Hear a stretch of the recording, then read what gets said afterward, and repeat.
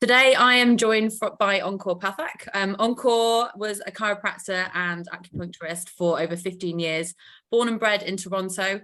He is now a crypto YouTube influencer. He has flipped NFTs for 5 figures and enjoys public speaking and also blockchain advisory. Encore, before we kick off, I need to explain why I'm dressed like this. This is a part of a running joke between the two of us. I think that's what we'd call it, but I'm supposed to look like Johnny Depp out of Pirates of the Caribbean. It has absolutely no reflection or relevance to the current Amber Heard and Johnny Depp case, and it's bad timing. But I mentioned that I looked like Johnny Depp in a video that we did on part of a course that we were on, and he said, oh, he wouldn't do the interview unless I made an effort to dress like Johnny Depp. So here we are.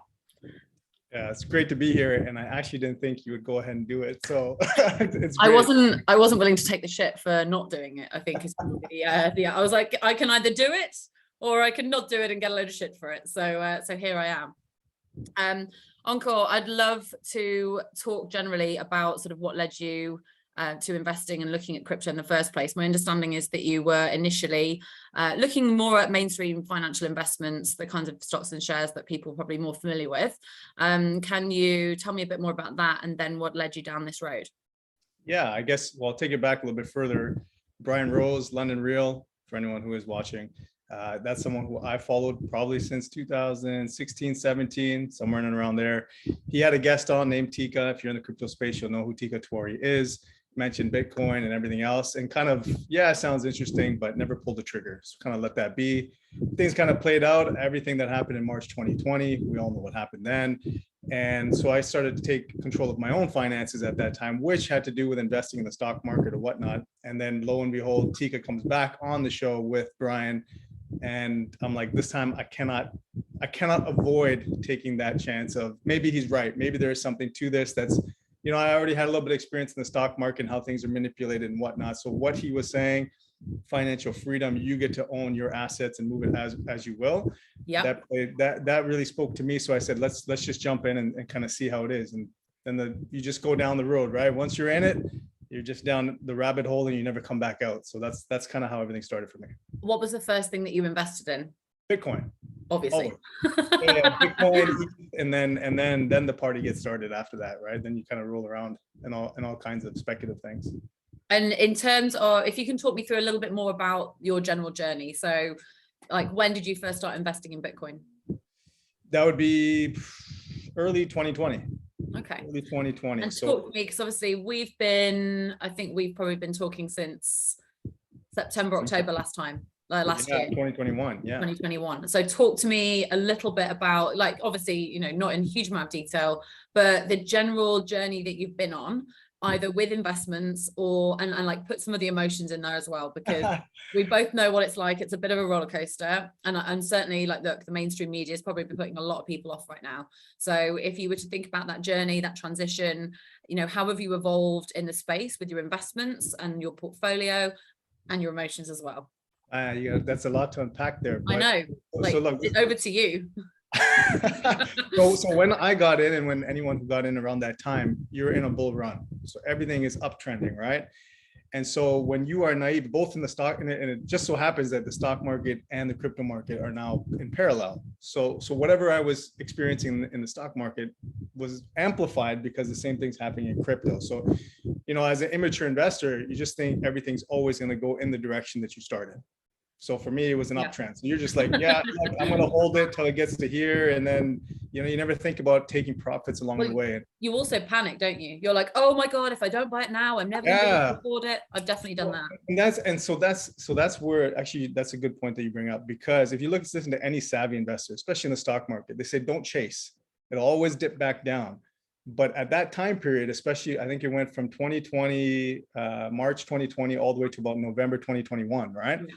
If you didn't get in, you literally missed out right away. And so that's a bad habit to have when you're trying to invest. So one, not taking profits because you always think it's going to go up. And two is jumping into things too quickly and too heavy because you don't think you're going to ever get that opportunity again. So now where I am, and then now if you look from November 2021 to now, it just seems like it's never going to come back up, right? Everything's just kind of slowly gone down, and then you'll have these cliffs that happen. So you have the opposite mentality. oh, I don't want to get in, I don't want to invest. Things are going to go lower, so I'm mostly on the sidelines until I can buy some more. So that's also a bad mentality. Yeah. Right? Because you're just looking at price action, you're not looking at fundamentals. So where I am now, there's maturity to it. I do my own research for what I believe in, and I buy when I can, as often as I can. Right. So I kind of do that. And I actually don't look at the price, to be honest with you. The only time price matters is I can get something for cheaper. Yeah. That's it. So now I'm more level-headed. I don't look at the charts. I know there's a lot of us, and I did in the beginning too, is always about the charts. Yeah, I could care less now. Interesting. Okay. And so if you're thinking about your journey more recently, obviously things are a little bit tighter. Have you changed anything about your portfolio, or are you just sort of sitting there and waiting for things to come back around, which they inevitably will? Yeah, the biggest change is not looking for capital gains as your sole way of making money, right? So capital gains meaning, you're making profits on the things that you just hold.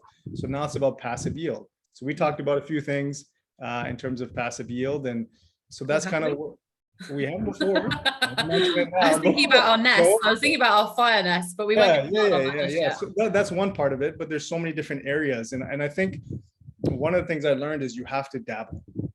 Right, you have to invest in certain things to understand it, right? And I can't remember who brought it up, but it was like investigating by investing. That's the only way you can really do your research, is if you have skin in the game. You can read everything you want, it doesn't really mean anything, right? So in terms of portfolio, you were saying? Oh, I was going to say, well, ultimately that's been my sort of, they're my best lessons, right?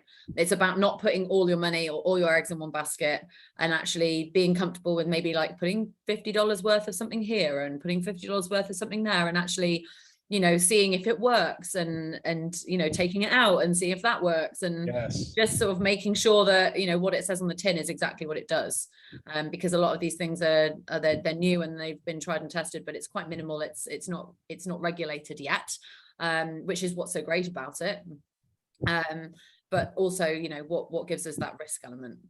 Yeah. So, but I want to make this clear though. Regulation doesn't mean that you can't lose everything. So if you look at the stock market, it's heavily regulated, but things are down 60, 70, 80, even 90%.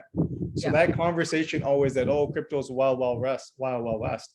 Nobody ever talks about the equity markets, the SPACs that happen, the dump that's been happening now. Yeah, right. And so I always find that very interesting that the headlines are always heavy on crypto not being regulated, as if that's a safeguard.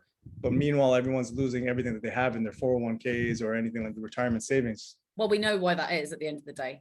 The big banks and the big media outlets, they're all in bed together. So, in their best interest to say that it's not regulated, because that's the direction they want to go in order for them to have a finger in that pie, right? Or take all of it, take all the pie. Of course, right? So going back to your portfolio setup question, it's I'm heavy in Bitcoin and ETH. Those are my gold standards. I don't deviate too much from them, but more about now passive yield. How can I get stuff in this bear market? Because when you're in a bull market, there's money to be made hand over fist, right? You can pretty much close your eyes and you're good to go. But this one, it takes a little bit more. So you have to be more measured, right? You got to have a little bit in Bitcoin, a little bit in ETH, a little bit in stable coins, all passive yield, all kind of stuff. So just have a mindset. And I will say, don't be afraid to change your strategy either. Right? You hear someone say you should have 50% this, 25 this, and everyone just kind of focus, and it may not be your thing.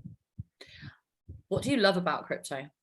Oh man, there's so much stuff that I love. First of all, the community. Yeah. All right. Now, with all this Luna stuff, things got a little divisive. So I didn't like that. I don't like people hating on other people. But prior to that, it was very supportive, right? So you have the NFT communities, you have the individual projects and their protocols. Everyone's just trying to gain awareness. And it's very rare for anyone who are older, being in our industries, people don't usually support everybody else. It's let me get mine, and I need to push people down to get up to where I need to. Crypto is much different. It's very youthful, very energetic, and very supportive. So that's one part I like. Two was you get to just control your own assets. I don't have to go ask for anybody for permission of if I want to transfer from one place to another. Yeah. I don't have to tell them why. Right? I don't have to wait 3 to 5 business days. You know what I mean? Like I don't. So they can spend your money on something else. and they're going to take a piece of it. Yeah. Right. Even if I don't do anything at the bank, they take their fee for the month. So there's so many different things, and just the learning curve That's what really drew me to it. It's something completely foreign, and to actually figure it out, be a rookie and have that rookie mindset when you're in there, that's what really drew me. Yeah. The entire space. Yeah. So you mentioned community and you've mentioned NFTs, but we haven't really sort of talked much about NFTs yet. And certainly you know me, I'm not a huge NFT fan. You've come a long way though. I know, look, I have come a long way. I really like the use cases, and I do like the community. I suppose I don't have the bandwidth to spend loads of time looking at different projects, which I guess if you're spending more time on it like you are, yeah, you can probably, and I'm not going to flex my NFTs online, like that's just not my vibe. So if you're thinking about NFTs, talk to me about the success that you've had with NFTs, and then we can maybe talk about a few specific projects if there's anything you want to cover. Yeah, so I kind of fell into my success as opposed to trying to flip an NFT on purpose. So I'm a sports fan, huge sports fan. For anyone who knows who Tom Brady is, that's my guy. So I bought an NFT from him, from his platform called Autograph. So he is the chairman of his company that deals with sports related NFTs. Yeah. So purchasing his NFT, they did all kinds of things where you could get mystery boxes after that once you have your initial one. So in one particular mystery box, I ended up getting the most valuable of the next collection. Okay. And so based on that, you collect a few more and you get a statue. Tell me what a mystery box is for anyone that's listening that doesn't really understand that. So you will get it really is a mystery box. You get an NFT of a box and you have no idea what NFT is actually inside there. So it's like just randomly generated, right? Yeah. So what they'll do is, this particular format was they will release a collection of 5. Okay. And if you collect all 5, you get a statue, a particular type of statue. But there's tiers to every little one, right? There's platinum, there's sapphire, there's ruby, whatever it is. So ruby is the most expensive. And in my mystery box, I ended up getting one of the 5, which was a ruby. Okay. So that made me collect the rest of the 4, and I ended up getting a ruby statue. There was only 25 in the entire platform that'll ever be made. Signed, all this video, NFT, all that kind of stuff. Really nerdy stuff, right? So anyways, what happened was you can list it. You can list it for sale, and people can buy it as they please. Where would you list it for anyone who doesn't know? Because you want to make money. And whereabouts? So that would be on OpenSea? Was it on that network? No, it's well, they were doing it through a company called DraftKings. Okay. So DraftKings has their own marketplace. Okay. So they're linked with Autograph to actually provide that marketplace. Yeah. Okay. And so you list them, and then you can change your price. You can kind of leave it there and whatnot. So I purchased it, and then I had listed it, and then what ended up happening was Tom Brady actually retired. Yeah. Okay, so there is a lot of buzz around that. I actually kind of forgot. I remembered at one point I should probably change my price, and then, getting caught up in everything else, forgot that I listed for a certain price. And lo and behold, it got sold at that price. And so I ended up making about 20,000 US in profit on that. Funny enough, I look back now and nobody can even sell for 12,000 US. It was just that particular time period. So what had happened was everyone started bumping their price up, and mine was the lowest. Yeah. So some would say you're blessed. I got lucky there. 100% I got lucky, but that showed me that you got to take profits. And was that a catalyst for you and your kind of journey with NFTs? Yes and no. Yeah. Okay. I would say that it gave me more enthusiasm for the space, but I enjoyed it anyway. Right. And then I've moved on now to more art related NFTs that speak to me. So you talk about bandwidth for NFTs. Yeah. Really, I tell people you treat them like you would any cryptocurrency, right? You follow it for a while. Yeah. And you just see what's happening in there. So that's what I do now. I just follow a bunch of projects. So my next question is, what is it about NFTs that you enjoy? Because it is a very niche, it's not a niche area, but it is its own area of crypto. So, what is it you like about them, and what are the kind of projects that you've invested in and why? So I do like the art. I'm not an artist. I don't have paintings. I don't have pictures. I don't care for any of that. Are you flexing online? No, I don't flex. I mean, maybe it's because I don't have them rare enough where I can flex them at all. So I don't know. I enjoy the art, but I enjoy the community, and what people don't realize, all the perks that come with it. So you can stake them, you can earn certain things with them, you get access to VIP events, you get the next collection that comes out, you get a free one. Like all these things, you don't think anything of, you just think it's a flexing online for that one particular NFT. Not you, but in general, right? But I love the community part of it. It's you know, it's a very vocal community, very supportive community. And that's how I gauge everything now. How big is the community there? Yeah. But no, I don't flex online. Damn it. And in terms of what projects, what specific projects, there was one called Meta Eagles, Crypto Bear, Crypto Bull, same artists. So I will say for anyone who thinks, well, how do I even know what's a good project? First, look at who's the artist creating the NFT. Do they have a history, even in traditional, right? Do they work with Marvel? Do they work with Warner Brothers? Do they do all that? And then kind of carry on with them through that. Because they're going to have a following, right? That's the point, isn't it? To get someone who's going to have some kind of following in the first place so that that project can get traction. Following and credibility, right? They're actually credible artists who are going to make some very authentic pieces. So that's what you want, right? And so that's, like I tell everyone, don't worry about what others are doing with NFTs. Find something that you like, whether it's a theme, whether it's an art-based, anything. Just find what speaks to you. And then you don't worry about, well, can I sell this for 100 ETH? Or it's gone down to 0.1 ETH. Like you don't care anymore. Yeah. I guess it's just like buying a new pair of trainers. Yeah. Well, it is. It's kind of like you have to evaluate it in a different way and you might make money, but from your perspective, you're buying it because you like it. You're actually buying it because you like it, and it just happens to be part of something else that you're investing in that you may make money on, but you're not necessarily buying these anymore just to make money. True, but my trainers will never stay in mint condition. My NFTs. Well, I guess there are people that collect trainers, aren't there? So they probably would keep them in mint condition. That means they don't wear them. I'm pretty sure that there are now NFTs for trainers as well. Yes, Nike's all involved. Adidas is involved. Yeah, everybody's involved. Last time I went online and looked at trainers, I realized that the ones that I liked were like $5,000, and I was like, that's mental. Like, I'm like, they were nice. No. So I could probably get an NFT for cheaper. In fact, I definitely can. Much cheaper. Much cheaper. Yeah. So people just look at headlines and they don't actually look under the hood.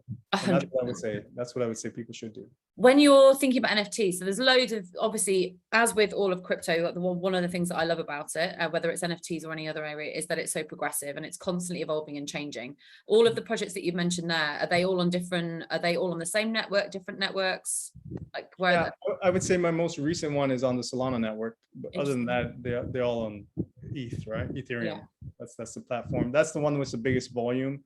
Cardano has theirs, but that wasn't a very pleasant experience when I bought land on Cardano. So I don't go back to that. Yeah, that's fair enough. And you and I both had an interesting experience trying to purchase land recently, didn't we? Yours was more interesting than mine. I mean, yeah. How are you feeling about that whole process? Without mouthing the project, of course. Look, honestly, if you weren't dedicated and it didn't happen to you, if it didn't go through the first time, you probably wouldn't continue to do it, right? That particular project, right? And I don't know if you want to mention it, but Gaia Everworld. I think what's interesting is, like, I think I can see what the project could be and the graphics and the kind of the future of the project, but I think they really they're in their infancy in terms of development, and it's so early stage now compared to maybe other projects like the Sandbox or some of the more popular ones that seem to be they kind of already did a lot of their development before they went to market. And I think maybe Everworld being a slightly smaller project, they've decided to do it the wrong way. Maybe it might be the right way around for us now we're actually in it, but like in terms of how they did it in the first place, they kind of didn't develop the platform well enough in order to deal with the volume when people were trying to mint their kind of original whitelisted land. So it was a very clunky experience. I almost gave up, and I've ended up with like random plots of land, but hopefully one day they'll be worth something. But it was, again, probably one of my more expensive investments, considering the general feeling that I got from the process and like my distrust of that off the back of that, but a great learning experience again. Yeah, and look, that whole experience, I don't care to buy land.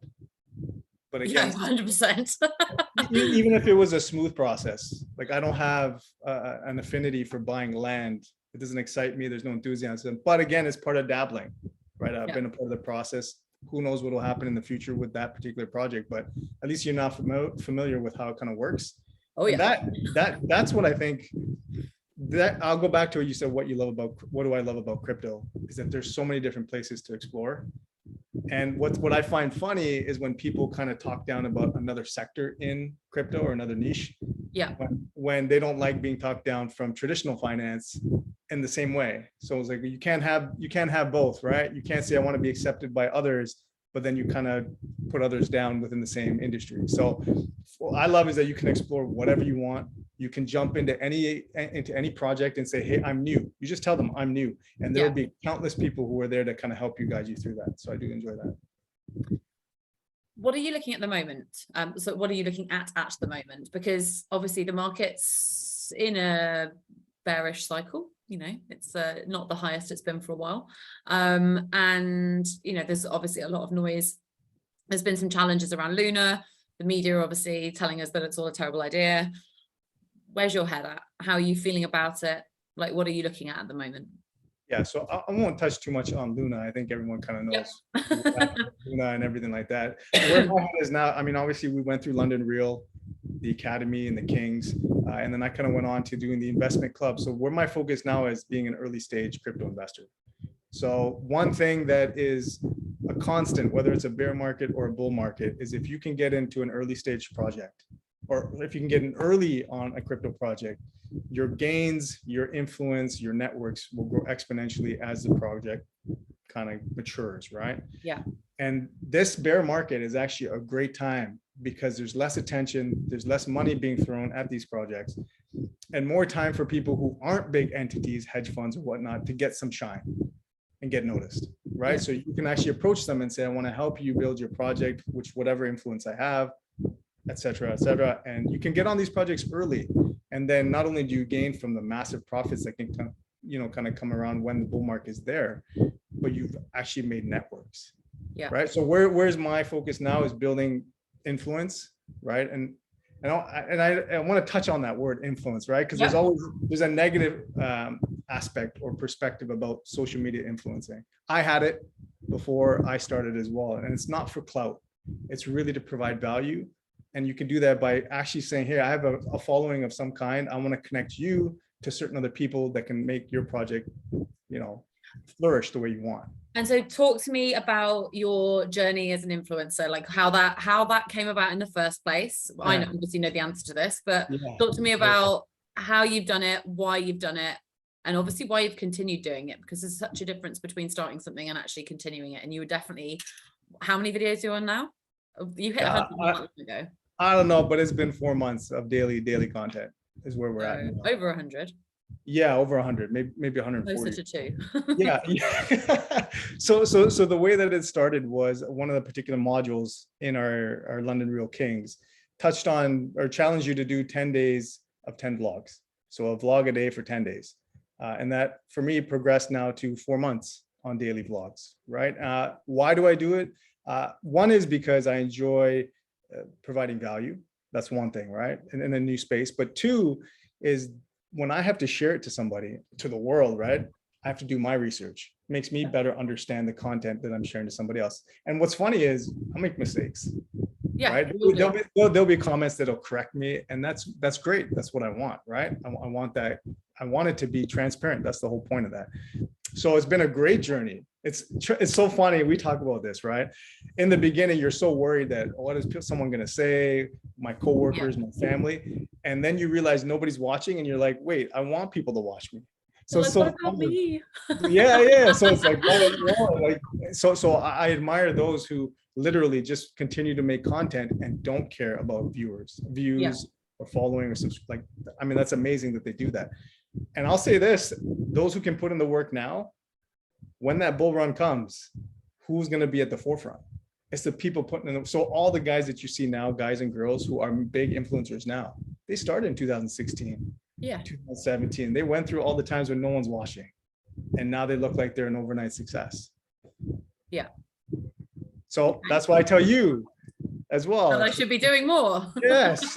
And look, at the end of the day, for everyone who wants to help other people, there's no better place to do it than social media, because you can hit the masses at scale, right? So it's one of those, so even if only your friends and family watch, that's fine. Yeah. Is there anything else that you'd like to talk about that we don't think we've covered? Well, look, I know right now with markets being as they are, I think psychology, mental health, all of that are big conversations to have. Because when you see people who say I've made, 1 million in crypto in a week, or, you get sucked into that. Well, if I don't, or if I lose money, either crypto's a scam or I suck. Yeah. Right? So it's one of those, and then you may have that on multiple things that you try, especially in the bear market, right? You're like, okay, this one didn't hit, so let me try this one, and then that one fails, and then you try, and it's not you, it's the market that's killing you. It's interesting, actually, and maybe we haven't really talked about this a lot, and I'm sure it'll come up in future interviews. However, in terms of, you're talking about being an early stage crypto investor, which is what you're looking for, right? And what you're doing. How do you evaluate a project? Well, there's something we learned, which is called the 5 T's, right? You look at team, you look at traction, you look at technology, right? You look at the tokenomics, and then the terms and conditions. So there are certain criteria, like, do the founders, do they actually put their faces on the project? Yeah. Can you go on LinkedIn and see them, right? There's some projects that'll just show their NFT as their face. You don't know who they are. Yeah. That still doesn't guarantee you anything, right? So look, community is everything. So is there community around it? Do they have a social media presence that's legitimate? They didn't pay for their followers. There's not bots involved. So there is that kind of stuff. But I'll tell you this, at the end of the day, you kind of have to go a little bit on faith and gut feel when you speak to the people on the team. Yeah. Right. And just, again, you don't invest more than what, I always find that funny, right? You don't invest more than you can afford to lose. Like, no one wants to lose anything. I don't care if I don't want to lose $100, right? But it's one of those things that if you do lose it, you're not devastated, right? And so this will tie into the social media influence. If you want to get on to early stage crypto projects and you don't want to invest the capital, you don't have the money, that maybe they're asking 50,000, 100,000, you don't want to get in. Well, what better way to say that I can help you with my influence? Right? Yeah. I can get your project in front of the right eyes or at scale. Yeah. Okay, let's get you on as an advisor, right? Like, there are certain things that come with being an influencer that you won't get if nobody knows about you. 100%. And so the best line that London Real has taught me through the course, it's not about who you know, because that's what I always thought, right? It's about who you know. It's actually about who knows you. Yeah. Doesn't matter who you know. If they don't know you, they're never going to do business with you. So that's what I would leave at. Thank you. I think that's probably a wrap, isn't it? Yeah, I guess so. I don't know. If anyone wants to follow Encore, which they absolutely should, because he has a wealth of content, then YouTube is Tomorrow Never Comes. Yes, tomorrow. And why are you called Tomorrow Never Comes? We probably should have opened with that. That's a good ending. I don't mind if you mind on that. Yeah, it was just something that my dad used to say when I was a kid. The same, take out the trash, go clean this, go clean that. And my default was always, we'll do it tomorrow. Don't worry about it. And so him being an immigrant, blue collar immigrant from India, he didn't understand the concept of later or tomorrow. So he'd always be like, well, tomorrow never comes, right? And so, this story, we kind of talked about it, but then he eventually passed away pretty early due to cancer. And so his tomorrow literally did not come. Yeah. And, and unfortunately to say that, or the reality is it's going to be all of us at some point. 100%. And especially in relation to this market, because, yes, whilst now might seem like a bad time to get in, if you wait too long, it'll be an even worse time to get in, because everything will be way more expensive. And obviously there is regulation coming and there is all those other things, but I feel like the next couple of years is really where we're going to be able to really capitalize on that. And actually it's probably the biggest opportunity. As Brian says, is it the greatest dislocation of wealth? Is that what he says? I think it's yeah. Brian Rose. Well, look, I'll put this into context. Where we are is about 200 to 300 million crypto users, and that's the same as where the internet was around 1997, 98. So if you can look back and say, I could have got into the investing portion of anything internet related then, and where you'd be now, you have that opportunity now. Yeah. Absolutely. So tomorrow never comes. Let's not waste that. And when I say tomorrow never comes, that doesn't mean, well, go do everything on your bucket list that's pleasant. right? No, the part of learning, getting involved, losing some money in this crypto space, all of those are painful experiences. But those are things you want to experience today, not 10 years from now, right? Hell yes. That's where I go. Thank you so much for your time. Thank you for having me. And I love the Johnny. My absolute pleasure. And I didn't even get to go R at any point, but never mind. There'll be more times, I'm sure. Thank you. Thank you so much, Rachel. Thank you.